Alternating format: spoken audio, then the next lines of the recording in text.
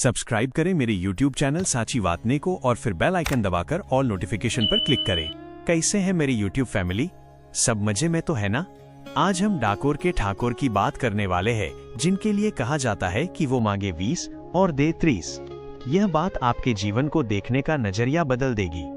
हम सब रोज सुबह भगवान के सामने अगरबत्ती करते हैं, दीपक जलाते हैं और एक लंबी लिस्ट थमा देते हैं, भगवान मुझे गाड़ी दे देना, बंगला दे देना, नौकरी दे देना। लेकिन दोस्तों, क्या कभी सोचा है कि क्या सिर्फ घर बैठे मांगने से भगवान देंगे? आज मैं आपको 2 ऐसे भक्तों की बात बताऊंगा जो साबित करते हैं कि अगर कुछ चाहिए ना तो उनके दरबार में जाना पड़ता है आस्था से और पुरुषार्थ से। पहली बात है सुदामा की। सुदामा और कृष्ण परम मित्र थे। सुदामा भयंकर गरीबी में जी रहे थे, लेकिन सोचने वाली बात यह है कि भगवान खुद जानते थे कि उनका मित्र दुखी है। फिर भी जब तक सुदामा खुद चलकर कष्ट सहकर द्वारिका उनके दरबार में नहीं गए, तब तक भगवान ने खुद भी उन्हें कुछ नहीं दिया। भगवान राह देख रहे थे कि मेरा मित्र 1 कदम बढ़ाए तो मैं 10 कदम बढ़ाऊं। इससे हमें यह सीखने को मिलता है कि जब तक हम खुद कुछ नहीं करेंगे तब तक भगवान भी हमें कुछ नहीं दे सकते। और जब सुदामा पहुंचे तब मिलन कैसा था। भगवान कृष्ण नंगे पांव दौड़े, मित्र को गले लगाया और अपने हाथों से उनके पांव धोए।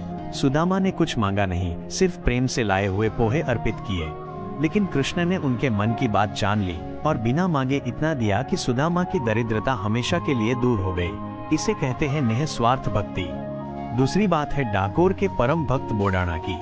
आज के जमाने में बहुत से लोगों को पता नहीं होगा, लेकिन बोडाणा 72 साल की उम्र तक डाकोर से द्वारिका पैदल चलते थे। हाथ में तुलसी का पौधा होता और मुख में प्रभु का नाम।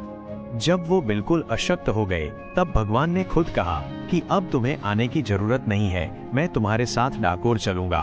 और एक छोटी सी सोने की वाली के बदले में भगवान ने अपना पूरा अस्तित्व तराजू में तोल दिया। दोस्तों, इन दोनों बातों का सार क्या है? सार यही है कि डाकोर का ठाकुर मांगे 20 और दे 30, लेकिन वो 30 पाने के लिए आपको श्रद्धा के कदम तो बढ़ाने ही पड़ेंगे। आज हम बहुत होशियार हो गए हैं, मेहनत करनी नहीं है, लेकिन सारी सुख सुविधा चाहिए।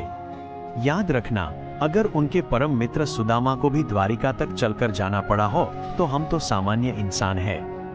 भगवान के दरबार में जाने का मतलब सिर्फ मंदिर जाना नहीं है, बल्कि अपने कर्म के रास्ते पर चलना है। विश्वास रखिए, मेहनत कीजिए और फिर उस मालिक पर छोड़ दीजिए।